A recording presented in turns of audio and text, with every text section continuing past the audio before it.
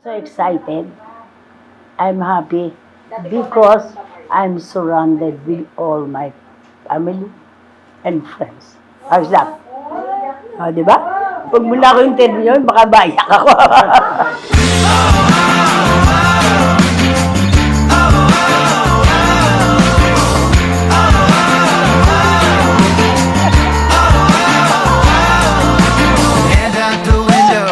Happy birthday, Nanay Inta. We love you.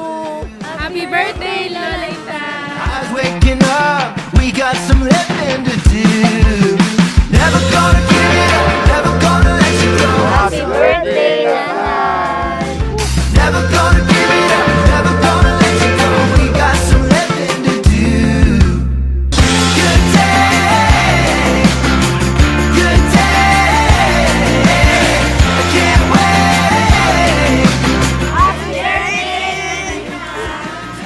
Happy birthday, Nanay Sinta.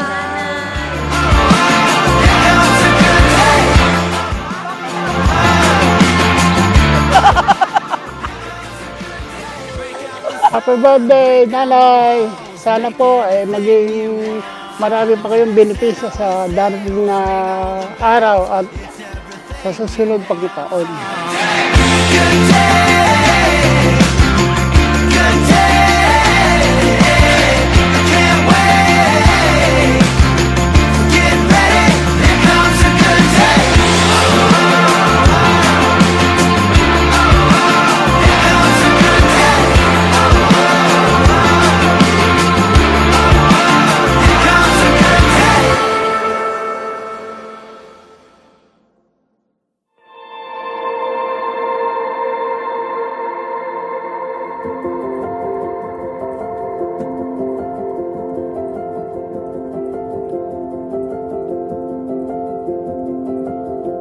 Happy birthday, Grandma! I love you! Happy birthday, Grandma! I love you!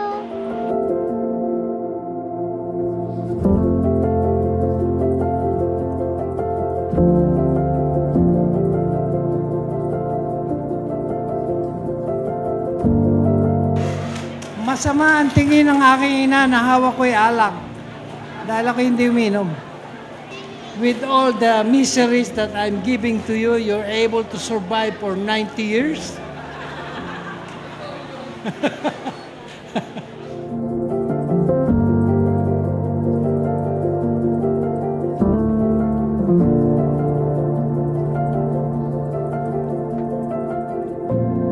Ako'y nagpapasalamat ng maraming sa Panginoong Diyos sapagkat ikaw, Nanay, ang aking naging biyanan. Isang mapagmahal, mapagkalingang ina sa kanyang mga anak. Kasama na kami na kanyang mga manugang. She is the best. Kung wala si Nanay, wala ang aking sweetheart.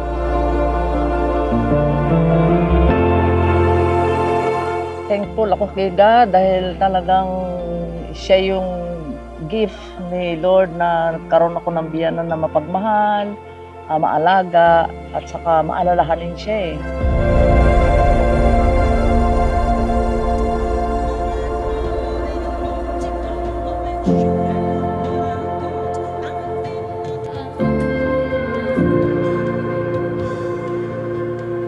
Happy birthday!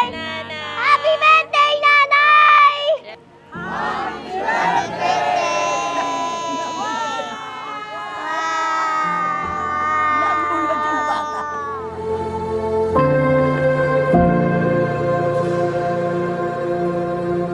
Hopefully, you get another 10 years so we can get the bonus of 100K from the government. Happy birthday, Nanay. Hindi, joke lang. Easy, easy. We want to thank you for your love you showed us and for taking care of all of us. Maligayang bati, mahal kita. We all love you.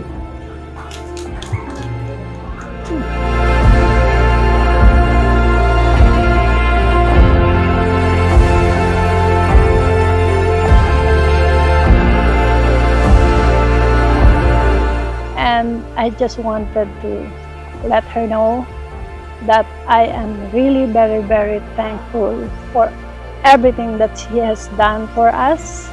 and everything that she's doing for us up to now and to our family.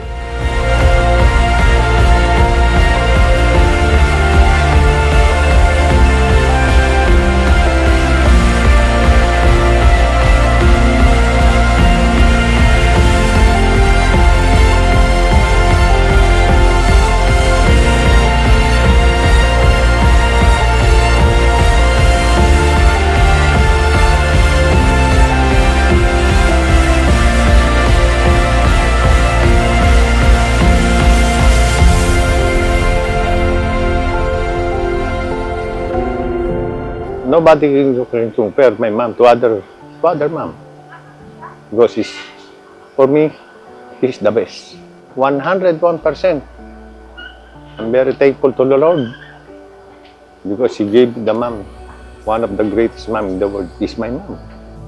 Dahil kami maagang naulila sa Ama. So ang nagpalaki sa amin at nagtaguyod sa amin 7 magkakapatid ay ang aking nanay. With all the hard work she did for us, she's able to survive. With all the hard-headed son and daughter, why not?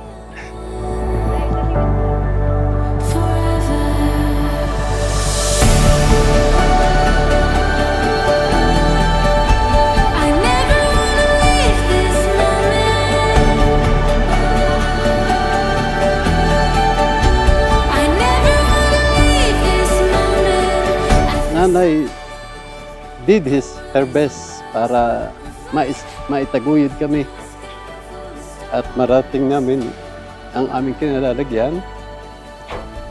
Ginawa niyang gabi ang araw para kumita at maitaguyod ang 7 maliliit na bata.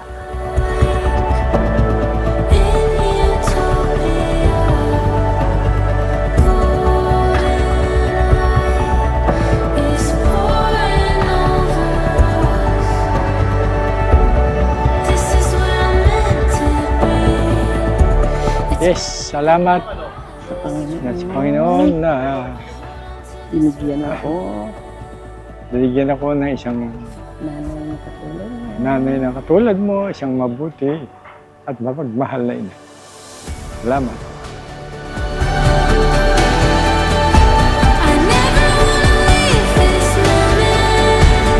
Let us all welcome and put our hands together for our dear birthday celebrant, Mrs. Jacinta Herona.